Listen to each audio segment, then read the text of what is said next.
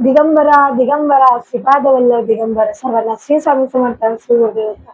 तर आज आपण पाहणार आहोत, तुमचा जर छोटा मोठा कोणताही व्यवसाय असू दे, तुमची छोटी वडापावची गाडी असू दे, कांदा बटाट्याचं दुकान असू दे, साडीचं दुकान असू दे किंवा मग ड्रेसचं दुकान असू दे, तुमचं कोणताही किराणाचं दुकान असेल तरी पण चालेल. तुमचा कोणताही छोटा मोठा व्यवसाय असेल, तो चालत नसेल, तो बंद झाला असेल, अशासाठी आज आपण सेवा पाहणार आहोत, की जेणेकरून आपली लक्ष्मी आपल्याकडे स्थिर राहावी, आपला बिझनेस व्यवस्थित चालावा म्हणून, आपल्याकडे आवक वाढावी, म्हणजे आपल्याकडे गिरायकांची गर्दी व्हावी किंवा मग आपला बिझनेस व्यवस्थित चालावा म्हणून. कारण काय काय होतं माहिती का, काही काही वेळेस असं होतं की आज दुकान खोललं एखाद्या व्यक्तीने, म्हणजे समजा एखाद्या व्यक्तीने आज दुकान खोलले, एवढं आवक जमत म्हणजे एवढी पब्लिक त्यांच्याकडे येते की त्यांचं दुकान महिन्याभरात चालतं, म्हणजे एवढं फास्ट स्पीडने चालतं. पण काही लोकांचं असं होतं की दुकान टाकून 2 महिने झाले, 3 महिने झाले, पण गिरायकच नाही येते किंवा मग कस्टमरच येत नाही, असं होतं.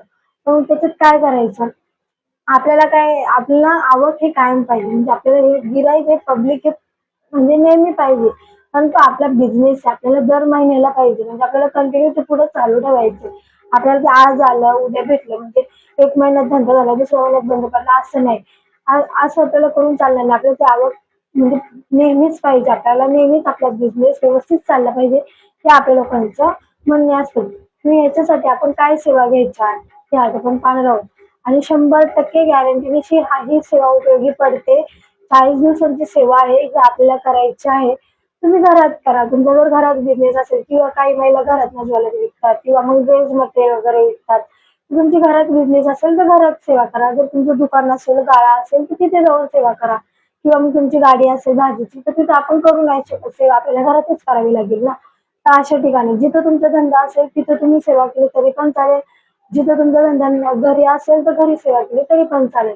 आणि असं नाही की तुम्ही म्हणसाल की ताई म्हणजे महागाच्या वस्तू घेऊन आपण त्याच्यावरती सेवा करू का? तर असं नाहीये. तुमच्याकडे श्रीयंत्र असेल, नसेल तरी पण चालेल. असेल तर आपल्याला श्रीयंत्राची फुलं अक्षदा वाहून पूजा करायची आहे. त्याचबरोबर आपल्याला तुपाचा दिवा लावायचा आहे. जर तुमच्या दुकानात करणार असेल, तुमच्याकडे श्रीयंत्र नसेल, तुमच्या किंवा मग आपली अवकत नसेल, आपल्याकडे आहे ₹100 आहे, ₹200 ₹1000 आहेत, पण ते आहे महाग, असे अशा गोष्टी असतात. मग आपण नुसतंच लक्ष्मी काय बोलते, तुम्ही माझी सेवा करताय ना, मनाभावाने आणि श्रद्धेने करा, मनापासून करा, सगळं काही तुमचं मार्गी चालेल. तुम्ही एकदम आपल्याकडे पैसे नाही, आपली परिस्थिती गरीब आहे, आपण एकदम 3-4 हजाराची वस्तू घ्यायला गेलो देवाची सेवेसाठी, ते करून लक्ष्मी आपल्यावरती नाराज होते. किंवा मग आपण एखादी वस्तू गहाण ठेवली, आपलं सोनं कानातलं किंवा गळ्यातलं आपण गहाण ठेवून जर आपण सेवा करत असेल, आपण ती वस्तू घेत असेल आणि त्याच्यावरती आपण सेवा करत असेल, तर हे पण अत्यंत चुकीची गोष्ट आहे. पण तुमच्याकडे जी वस्तू असेल, श्रीयंत्र असेल, श्रीयंत्रावरती करून नसेल तर तुमच्याकडे लक्ष्मी आणि जे भगवान विष्णूचा लक्ष्मीचा माता लक्ष्मीचा जर फोटो असेल, त्या फोटो समोर उभं राहून तुम्ही 40 दिवस सेवा करा. तुमच्या जे जिथे दुकान असेल तिथे तुम्ही हा फोटो ठेवला असेल तर तिथं उभं राहून 40 दिवसाची सेवा करा. घरात तुमचं श्रीयंत्र नसेल तर फोटो तर असेल ना, फोटोच्या समोर उभं राहून ही सेवा करा. त्याचबरोबर आपल्याला सेवेत कोणते कोणते नियम पाळायचे, तर आपल्याला मांसाहार 40 दिवस वर्ज्य करायचा आहे. त्याचबरोबर आपल्याला 40 दिवस कोणाचं पर-अन्न घ्यायचं नाही. पर-अन्नाने खूप दोष लागतात. म्हणजे प्रचंड दोष हे पर-अन्नानेच लागतात. आपल्याला पर-अन्न हे कोणत्याच सेवेत म्हणजे डेली जरी तुम्ही रुटीनच्या आयुष्यात नाही कोणाचं पर-अन्न खाल्लं ना, अत्यंत उत्तम होईल. कारण पर-अन्नाने आपल्याला लई दोष लागतात. त्याचबरोबर आपल्याला मांसाहार कडकडीत वर्ज्य, पर-अन्न वर्ज्य. ब्रह्मचारी नाही पाळलं तरी पण चालेल 40 दिवस. त्यानंतर आपल्याला सेवा काय करायची आहे, तर सेवा आपल्याला आपल्याकडे जर श्रीयंत्र असेल तर श्रीयंत्राला फुलं अक्षदा हळदी कुंकू वाहून आपल्याला सेवा करायची आहे. तुपाचा दिवा लावायचा आहे. त्याचबरोबर श्रीयंत्र नसेल तर भगवान विष्णूचा माता लक्ष्मी मातेचा फोटो असेल तो घ्यायचा आहे एकत्र फोटो, तिथे उभं राहा, तिथे तुपाचा दिवा लावा. अशा प्रकारे आपल्याला मान्य करून घ्यायचे. त्यानंतर आपल्याला उभं राहून खाली बसायचं आहे, आसन घ्यायचं खाली बसायला. त्यानंतर आपल्याला 16 वेळा श्रीसुक्त बोलायचे. किती वेळा? 16 वेळा किंवा मग 11 वेळा. तुम्ही म्हणसाल की ताई आम्ही एकदा बोलू का, दोनदा बोलू का, आम्हाला वाचन जमत नाही, असं नसतं. आपल्याला हा बिझनेस कंटिन्यू चालू ठेवायचा आहे आपल्यासाठी, किंवा मग आपला रोज धंदा, आपल्याला असं वाटतं की आपला रोज धंदा एवढा मोठा झाला पाहिजे, 10,000 20,000 झाला पाहिजे.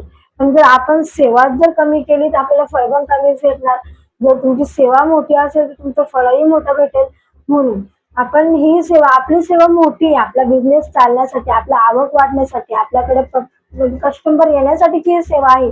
मग आपल्या दुकानाचं जर व्यवस्थित होणार असेल, आपलं जर कल्याण होणार असेल या सेवेने, तर आपल्याला किती सेवा करायची ह्यापेक्षा आपला वेळ किती महत्वाचा आहे, देवाला ते महत्वाचं आहे.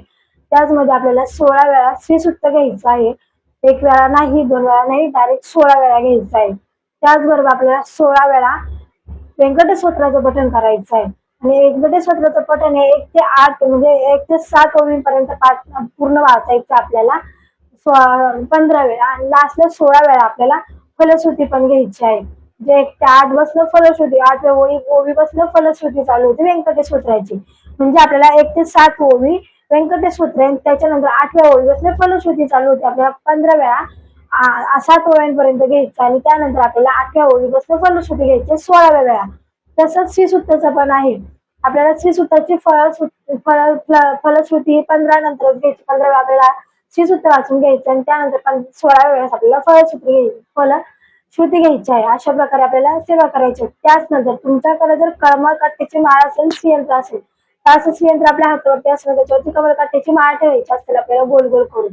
कोणाकडे 21 असेल, कोणाकडे 27 मण्यांची असेल, कोणाकडे 108 मण्यांची असेल, अशा प्रकारे कमळकाठ्याची माळ असते. तर ज्यांच्याकडे 108 मण्यांची माळ आहे ना, अति उत्तम आहे. कमळकाठ्याची माळ ही श्रीयंत्रावरती 108 मण्यांचीच ठेवायची. खूप प्रभावशाली कमळकाठ्याची माळ आहे. त्यानंतर आपल्याला त्या माळेवरती, कमळकाठ्याच्या माळेवरती विष्णू गायत्री मंत्र घ्यायचा आहे. आपल्याला माळ ही अशी या 2 बोटांमध्ये पकडायची, आणि 108 वेळा ओम विष्णुराय नाय विद्महे वासुदेवाय धीमहि तन्नो विष्णू प्रचोदयात, आणि एक माळ लक्ष्मी मंत्र घ्यायचा आहे. ओम महालक्ष्मीच विद्महे विष्णुपत्नीच धीमहि तन्नो लक्ष्मी प्रचोदयात. एक माळ विष्णू गायत्री मंत्र कमळकाठ्याच्या माळेवरती, एक माळ लक्ष्मी गायत्री मंत्र कमळकाठ्याच्या माळेवरती. ज्याच्याकडे कमळकाठ्याची माळ नसेल त्यांनी तुळशीच्या माळेवरती केला तरी पण चालेल. त्यानंतर आपल्या कुलस्वामिनीचा मंत्र 1 माळ घ्यायचा आहे, आणि आपण महाराजांना साक्षी मानून सेवा करतो. तर आपल्या गुरूंचा श्री स्वामी समर्थ मंत्र हा 11 वेळा झालाच पाहिजे. आपण 11 वेळा श्री स्वामी समर्थ मंत्र बोलायचा. त्यानंतर या सगळ्या सेवा चालू करायच्या.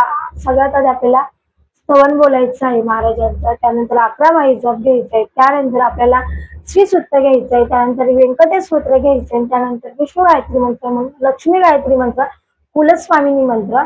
अशा प्रकारे आपल्याला स्टेप बाय स्टेप सेवा करायची आहेत. एका जागेवरती बसून हात जोडून तन मन ध्यान सगळं त्या सेवेत पाहिजे. मन विचलित झालं नाही पाहिजे. मनापासून श्रद्धेने आपला जो वेळ आहे तो महाराजांना द्या, आणि आपली सेवा ही त्यांच्यापर्यंत रुजू करा, आणि आपल्या व्यवसायात भरभराटी ही होणार. 100% तुम्हाला अनुभव हा जाणवणार. भरपूर सेवेकरी ही सेवा करतात आपल्या व्यवसायासाठी, आणि कोणाला वाटतं की आपला व्यवसाय चालू नाही. सगळ्यांनाच वाटतं आपला व्यवसाय भरभरून मोठं व्हावं, आपल्याकडे आवक वाढावं. अशा प्रकारे मनापासून श्रद्धेने ही सेवा केली, फळ हे तुम्हाला 100% गॅरंटी देऊन सांगते भेटणार म्हणजे भेटणार. सर्वांनी ही सेवा करा, ज्यांना खरंच तुमचा बिझनेस पुढे जावा असं वाटत असेल तर. कारण महाराज हे देव हे आपल्या वेळेचे भुकेले. महाराजांना आपण काय देतोय काय नाही. कोण 40 दिवसाची कवड्यांची सेवा पण करतं. कवड्या हातात घेऊन 40 दिवस आपण ही सेवा करत असतो.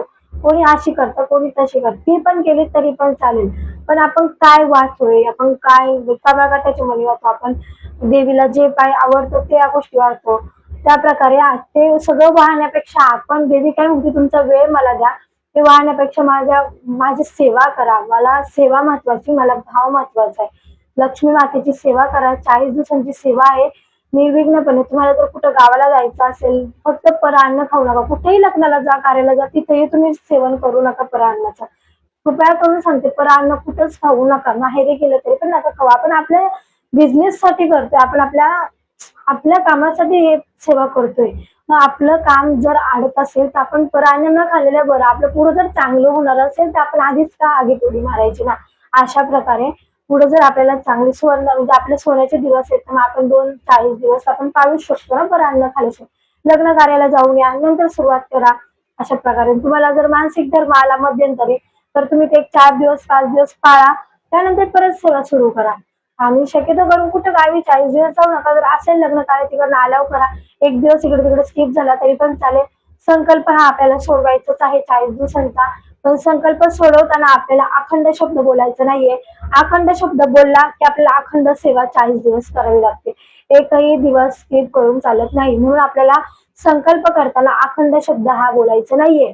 कारण आपल्याकडनं कधी अर्जंटमध्ये गावाला काही कामासाठी आपण जातो, काही मानसिक धर्म येतो, अशात आपल्याला अखंड सेवा करता येत नाही. म्हणून अखंड हा शब्द कोणताच संकल्प करताना वापरायचा नाहीये आणि 40 दिवस निर्विघ्नपणे ही सेवा आपल्याला पार पाडायची आहे. स्वामी समर्थ, श्री गुरुदेव दत्त. ह्या व्हिडिओ आवडला असेल तर लाईक करा, शेअर करा. झालेली सेवा महाराजांच्या मी रुजू करते आणि या व्हिडिओमध्ये इथंच थांबते. अशीच एक नवीन सेवा घेऊन भेटूया पुढच्या ब्लॉगमध्ये. सर्वांना श्री स्वामी समर्थ, श्री गुरुदेव दत्त.